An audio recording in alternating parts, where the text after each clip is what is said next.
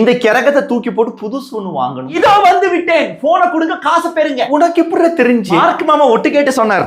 என்னது எக்ஸ்சேஞ்சுக்கு போட்ட கம்மியா கேட்பானுங்க, ஃபுல்லுக்கு தாங்க பாத்துக்க. அதுவும் ரொம்ப யோசிக்காத, கேட்கிற கேள்விக்கு ஆமா இல்லன்னு மட்டும் சொல்லு, நல்ல ரேட்டை நான் தரேன். சரி கேட்டு தொலை. உன்கிட்ட இந்த பேட்டரி சார்ஜர் வாரண்டில இருக்குல்ல?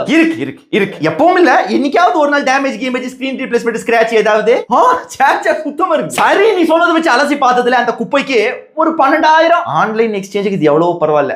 ரைட், அப்படியே போய் எங்க எக்ஸ்பர்ட் வருவாரு, நக்கி பார்த்துட்டு காசை கொடுப்பாரு. சார் நான் தான் சார் அந்த எக்ஸ்பர்ட், போனை கொடுக்குறீங்க 12,000 சொன்னா இந்த பாத்துக்க. சார் எல்லாமே ஓகே. என்னன்னு சொல்லி சரி மைக்ரோஸ்கோப்ல வச்சு அலசினதுல இந்த இடத்துல மெல்லிசா ஒரு கோடு இருக்குது. இதை பற்றி தாங்கள் விவரிக்கவே இல்லையா? சரி என்ன பண்ணலாம்? ஆப்பிள் 12,000க்கு போகும்னு சொன்னாங்கல்ல, இந்த கோடை வச்சு பார்த்தா ஒரு 6,000 தரலாம். ஓஹோ, அப்ப அந்த மிச்ச 6 நாங்க இது எடுத்துட்டு போய் மார்க்கெட்ல வித்து சம்பாதி. தெரியாம தான் கேக்குறேன், ஏன் இந்த மானங்கெட்ட பொழப்புன்னு வந்துட்டா மானத்தெல்லாம் பார்க்க கூடாதுங்கிறது எங்க கம்பெனி பாலிசி.